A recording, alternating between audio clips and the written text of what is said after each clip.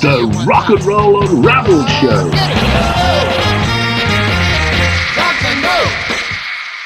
I'm Derek Shelmadine. Welcome to another Rock and Roll Unraveled show. The transition from the golden age of rock and roll in the second half of the 1950s to rock music in the mid-1960s, well, that was the first time that rock and roll had splintered into a bunch of new types of music.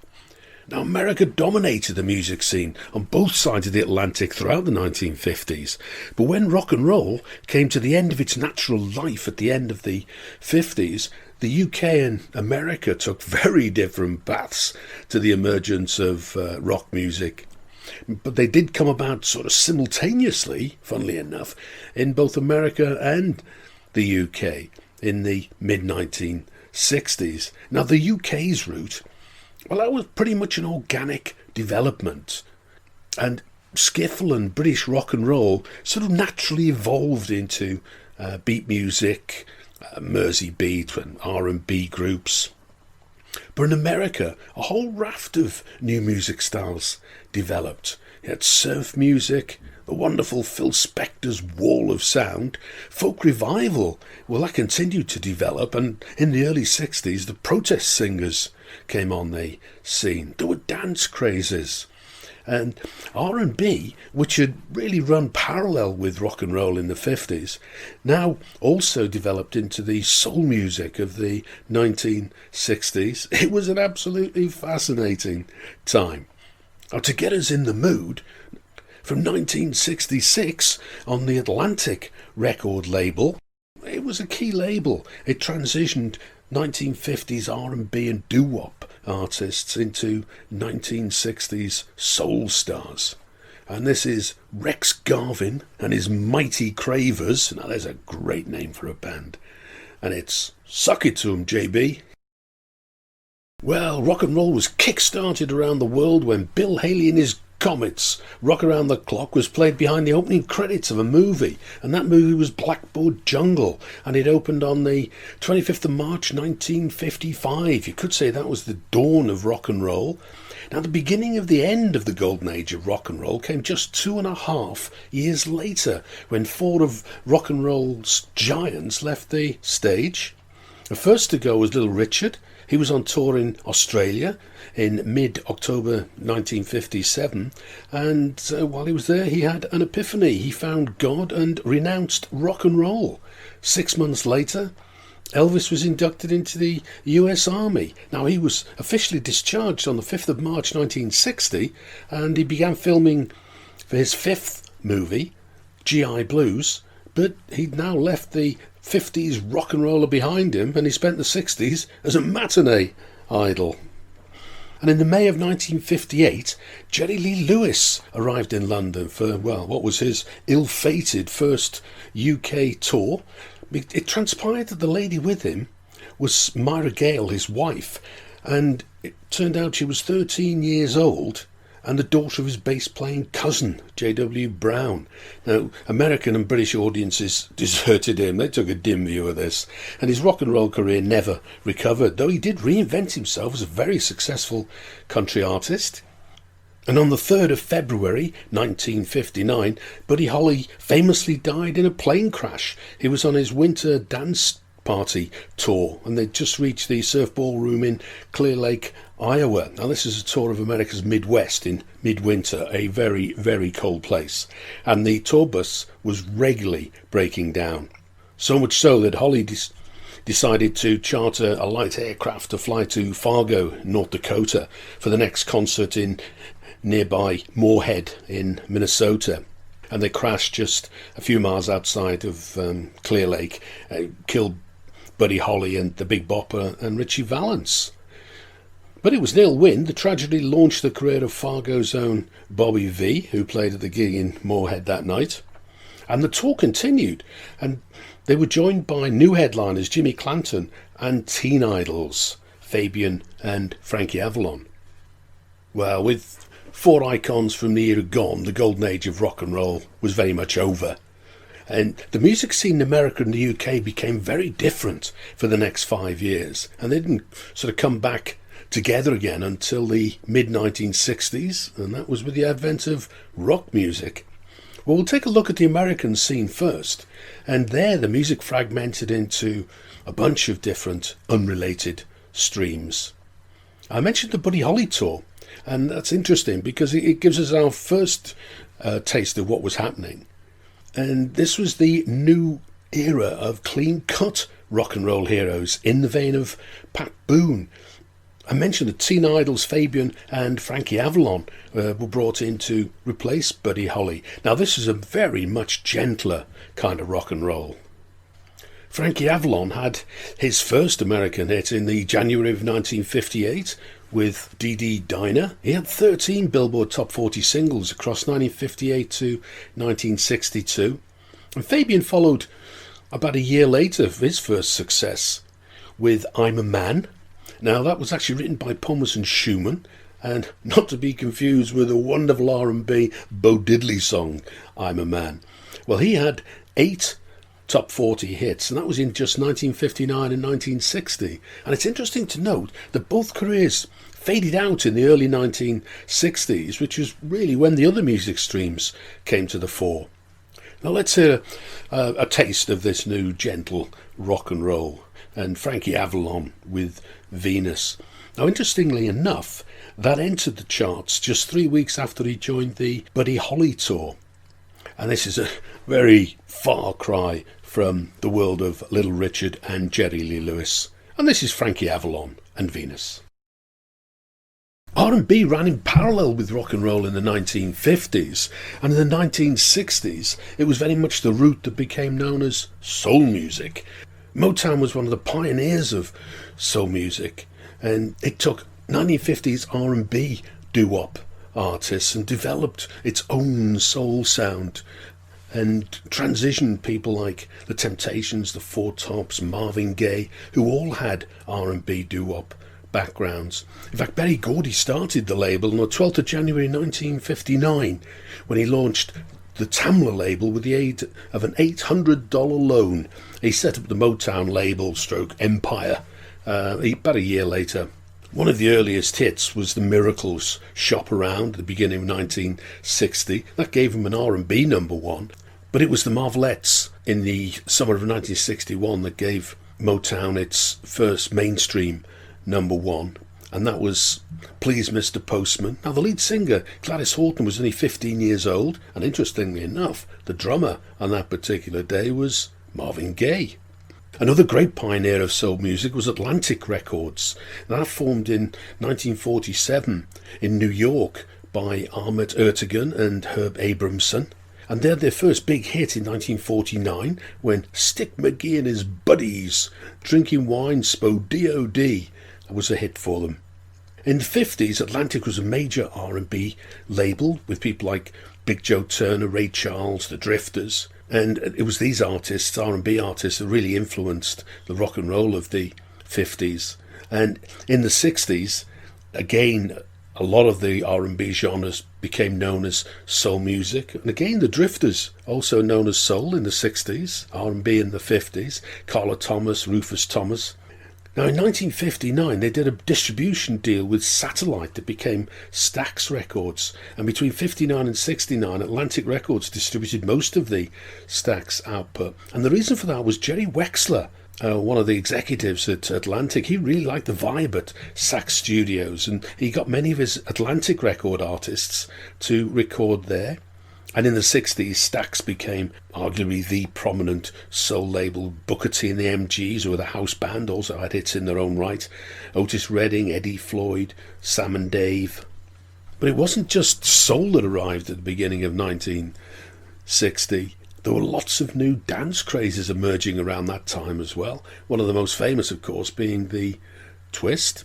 Now, it was the summer of 1960 that Chubby Checker had his first twist hit with, appropriately enough, the twist, but it wasn't an original. That was a cover It was a hit 18 months earlier for the writer and his group, Hank Ballard and the Midnighters. Now, Chubby Checker had 5 other twist hits, but he wasn't just confined to twists as a dance medium. Between 1960 and 1965, he had a bunch of other dance craze hits, with the Hucklebuck, the Pony, the Mess Around, that's a great name for a dance, the Fly, Limbo, and the Freddy.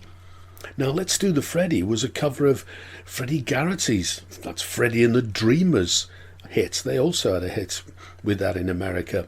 And lots of other people had twist hits as well. Joey D and the Starlighters, Sam Cooke, the Marvelettes, the Isley Brothers, of course, with Twist and Shout. And even blues legend Muddy Waters was in there. He put Muddy Waters' Twist on the B-side of You Shook Me. Now, the shake was another popular dance on both sides of the Atlantic in the early mid-1960s, and Sam Cooke had a great hit in 65 with Shake. It was one of his last hits, and in fact both sides of that particular single were hits, a Shake and A Change Is Gonna Come. And the song itself was covered by Otis Redding in 1967. He'd failed to bother the American charts, but he did get a UK number 28 with Shake. Now, James Brown's even in on the dance craze thing.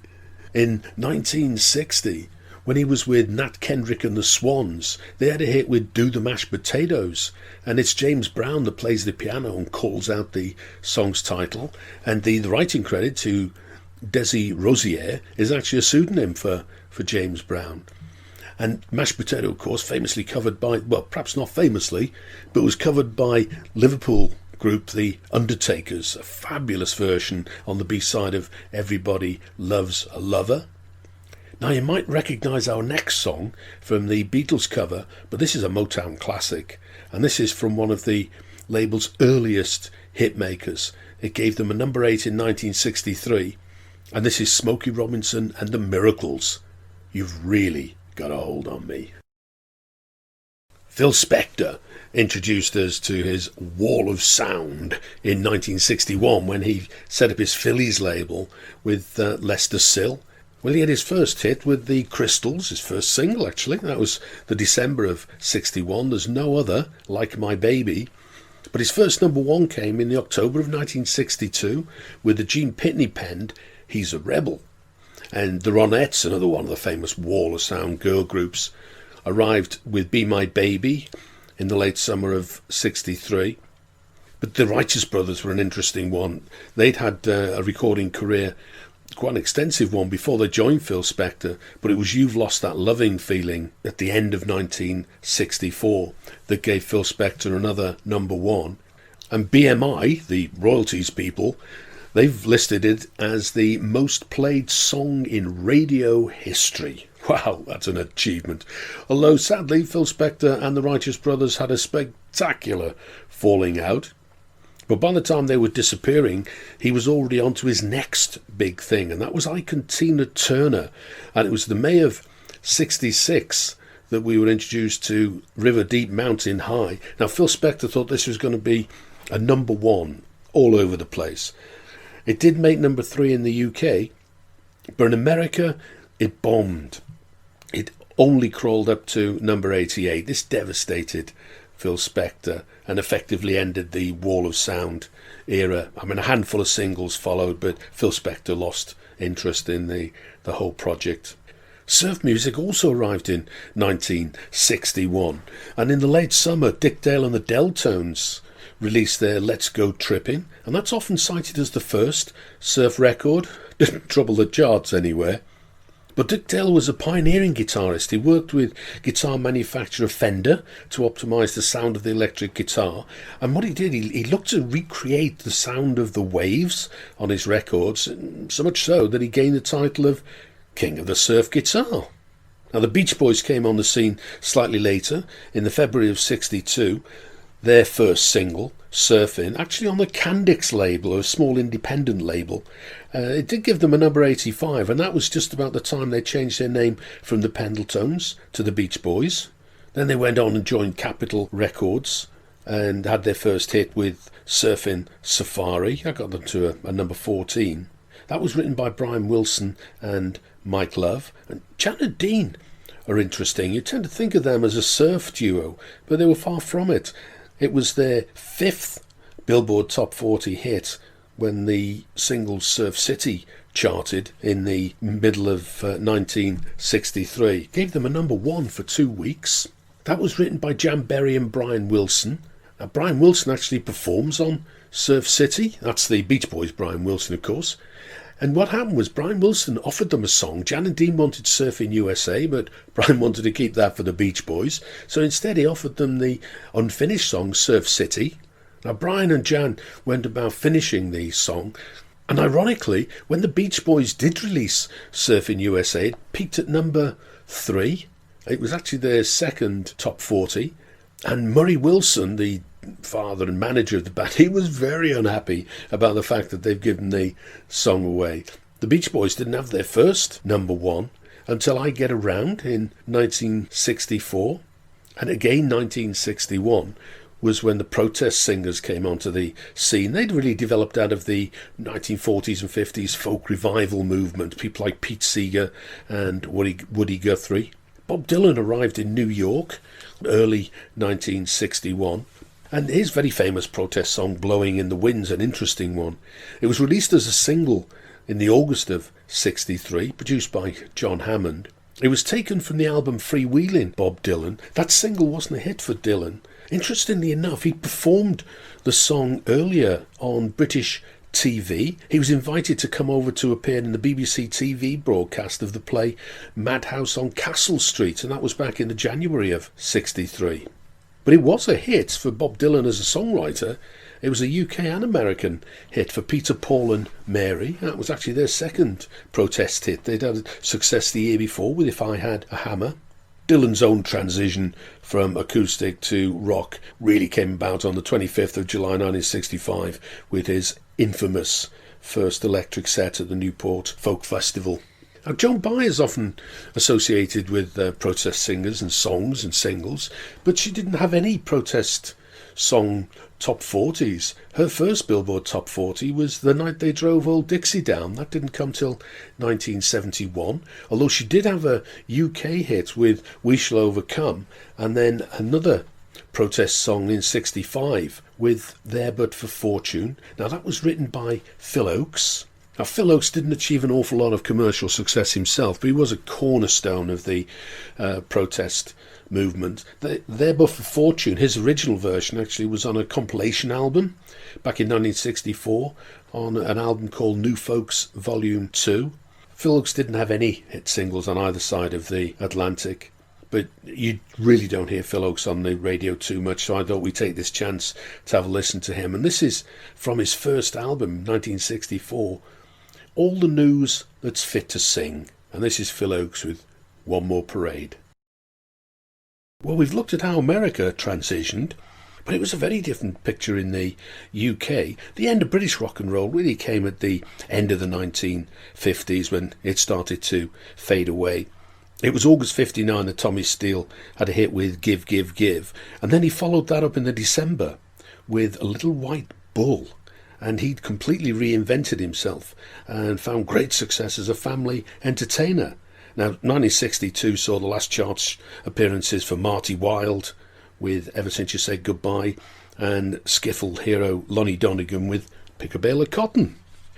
Now, beat groups sort of emerged naturally, organically, as they say, from British skiffle and rock and roll, and a typical beat group lineup would be a couple of guitars, bass and drummer, and a lead singer. Now, very often the lead singer played guitar or bass. Now, sometimes there'd be some keyboards, occasionally there'd be some brass, but the big difference was the focus was now on the group and not just on the lead singer. It was really coming together in the summer of 1960. The Jets were one of the first, if not the first, British band to play in Hamburg in Germany. And the Jets, of course, was Tony Sheridan's band, and he famously recorded with the Beatles during their visit to Hamburg. Talking to the Beatles, I mean, it was Love Me Do that was the game changer. It was released on the 5th of October, and on the 11th of October 1962, it entered the charts. It actually only made number 17, but beat music was now on the map. It was 1963 when the beat groups emerged, and very often they were playing covers of American R&B songs. Jerry and the Pacemakers were one of the first of the big hit makers, and in the March they went into the charts at number 1 with their first single, How Do You Do It? And in fact their first 3 singles all charted at number 1, and that was the first time that had been achieved. And they had the first number 1 spot from a beat group, so they even beat the Beatles to that particular accolade. The Searchers were hot on their heels with Sweets for My Sweet, a Drifters cover. They were another Mersey beat group. And the Dave Clark 5, Dear Love Me, that was a Contours cover. And they were the most popular group in America after the Beatles. And of course the British invasion was just around the corner when British groups dominated the American music scene for the next couple of years. And Brian Poole and the Tremolos, they had a hit with Twist and Shout, originally from the Top Notes, better known by the Isley Brothers and of course the Beatles. And talking of the Beatles again, it was Brian Poole of the Tremolos that beat the Beatles to the recording contract with Decca. The Hollies had a hit with Just Like Me, it was a Coasters B-side. The Rolling Stones, Come On, that was a Chuck Berry cover. And then, interestingly enough, Adam Faith. Now, he'd been very successful in the 1950s, and he had a hit in the September of 63 with The First Time, and an apt title because it was the first time he'd actually released a single as Adam Faith with the Roulettes. Basically, what he'd done is reinvented himself from a pop singer to a beat group. And of course, Freddie and the Dreamers, Manchester, fabulous band. If You Gotta Make a Fool of Somebody, that's a cover of the James Ray song. And this is the original version. This is James Ray, If You Gotta Make a Fool of Somebody. You're listening to Derek Shelmerdine and the Rock and Roll Unraveled show. You'd be surprised how many bands and artists mentioned in the show are actually out and about on tour now. Now, to see the latest tour information, check out my website at rockandrollandravel.com, and at the top you'll see 1960s, 70s artists touring now. You can find out where and when you can see them. Meanwhile, back at the story. By 1964, the mod movement was well underway, and mid-1960s bank holiday weekends were very popular times for mods and rockers to meet at various seaside holiday towns and battle it out on the beaches. Now, the first of these clashes came at Margate over the Easter weekend of 1964. The mods were clean cut, wore suits and parkas, rode scooters fitted with a dozen or more mirrors, totally illegal but didn't seem to matter, listened to R&B, soul, ska and beat groups like The Who and the Small Faces. Rockers believed mods were effeminate, they wore black leather, rode motorcycles, listened to white American rock and rollers like Eddie Cochran and Gene Vincent. Now, in the summer of 64, the High Numbers released Zoot Suit and I'm the Face, and Keith Moon had joined them just in time for the single. He completed the lineup of the Who, because, of course, the High Numbers changed their name to The Who shortly afterwards, though you'll find that they actually were called The Who for a time before they were the High Numbers. Now, Zoot Suit and I'm the Face was promoted at the time as the first authentic mod record. The Who's first hit, well indeed first single as The Who themselves, was I Can't Explain in the early part of 1965. Now, the background vocals were definitely provided by the Ivy League, but the jury's still out as to whether Jimmy Page actually performed on the record. Small Faces followed The Who into the charts in the September with their first hit, and that was What You Gonna Do About It, featured original organist Jimmy Winston. Now, the A-side was co-written and produced by ex-Drifters guitarist Ian Samwell. Now, that's not the American vocal group, that's the Drifters that backed Cliff Richard before they changed their name to the Shadows. And of course, Small Faces morphed into the Faces at the end of 1969. But by 1965, the beat groups were fading away. In the May, Billy J. Kramer and the Dakotas had their final chart appearance with Trains and Boats and Planes. And Wayne Fontana and the Mindbenders followed shortly afterwards with She Needs Love. Although that was the last hit as Wayne Fontana and the Mindbenders, but Wayne Fontana and the Mindbenders went on to have solo hits themselves for the next couple of years. But it was also last hit time for Freddie and the Dreamers, Jerry and the Pacemakers, Searchers, Animals. Although the Animals came back as well as Eric Burdon and the Animals, although there was only Eric Burdon from the original group. And they went on to have 6 UK hits between 66 and 69. An original bass player for the Animals, Chas Chandler, well, he went on to manage Jimi Hendrix and then Slade. Now, in late 1963, a band called Mark IV came together, and they morphed into the wonderful mod band The Creation. They had their first hit with Making Time in the July of '66. Now, guitarist Eddie Phillips was the first guy to actually use a bow, a violin bow, on his guitar. That's sometimes attributed to Jimmy Page, but it was actually Eddie Phillips who was the originator of that little idea. And this is the wonderful Creation with Making Time. It's interesting to note the beat groups who survived the transition into rock. You had the Beatles, the Stones, the Who, the Hollies, the Kinks, and in fact, over the other side of the Atlantic, the Beach Boys, because they started out in the early 60s. But the difference with all these bands is that they were very much their own songwriters, and that was one of the big differences between the music of the first half of the 60s and the second half of the 60s. Now, new bands to emerge in the mid-60s included Frank Zappa. Now, he joined the Soul Giants, and shortly after he joined, they changed their name to the Mothers. Before he joined, they were a covers band, and afterwards they played original music, following the trend, of course. That original music being Frank Zappa's music. And when they got a record deal with MGM, the mandarins there insisted on a name change from the Mothers to the more innocuous Mothers of Invention. And on the 13th of January '66, Velvet Underground played their first gig with Nico. Now, pop artist Andy Warhol had been invited to address the annual dinner of the New York Society for Clinical Psychiatry. It sounds like a fun evening. At New York's Delmonico Hotel. Now, various members of Andy Warhol's factory entourage were with him, including his newly discovered rock prodigy, Velvet Underground, and they were very much part of his multimedia experience he called the Exploding Plastic Inevitable. And in May '66, Doors auditioned at the Whiskey A Go-Go on LA's Sunset Strip, and that marked the beginning of their rise to fame. Jack Holtzman first saw the Doors at the Whiskey, and in the August he signed them to his Elektra label. Now, the Doors came together from a couple of LA groups, Rick and the Ravens and the Psychedelic Rangers. And the band name's an interesting one. It was taken from Aldous Huxley's novel, The Doors of Perception, but this had its root in William Blake's The Marriage of Heaven and Hell, and the quote is, "If the doors of perception were cleansed, everything would appear to man as it is, infinite." And in the summer of 1966, on the 31st of July, Cream had their official debut at the 6th National Jazz and Blues Festival in Windsor. Also on the bill that day were Georgie Fame, The Action, and Alan Bown. Now, Eric Clapton had played alongside Jack Bruce in John Mayall's Blues Breakers, and Jack Bruce and Ginger Baker had been together in both Alexis Corner's Blues Incorporated and the Graham Bond Organisation. But Baker's allegedly pulled a knife on Jack Bruce on one occasion. They never really got on. Now, when they formed Cream, Eric joined from John Mayall's Blues Breakers, Ginger Baker from Graham Bond Organisation, and Jack Bruce had a short period with Manfred Mann. And he does appear on one of their singles, which is Pretty Flamingo.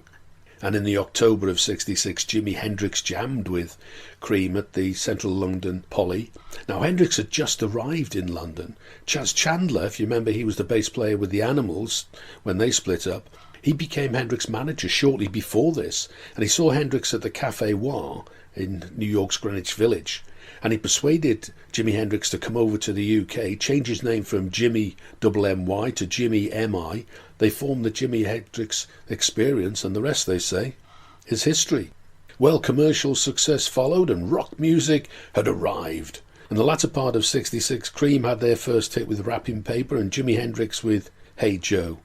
The Doors had their first hit in America in the middle of '67 with Light My Fire. It was a number one there for 3 weeks. It was a hit in the UK. It managed number 49 for 1 week, but there you go, a hit's a hit. As for the Velvet Underground and Frank Zappa, well, the Velvet Underground never managed to trouble the top 40 chart compilers, and Frank Zappa made one top 40 appearance in 1982 with Valley Girl. Well, success and influence, they're not measured in hit singles. Well, that's it. If you're in social media, you can find me on Twitter at RNR Unraveled, Facebook at Rock and Roll Unraveled. Join me again next time for another look at a little piece of rock and roll unraveled. And to play us out the Velvet Underground, I'm Waiting for the Man.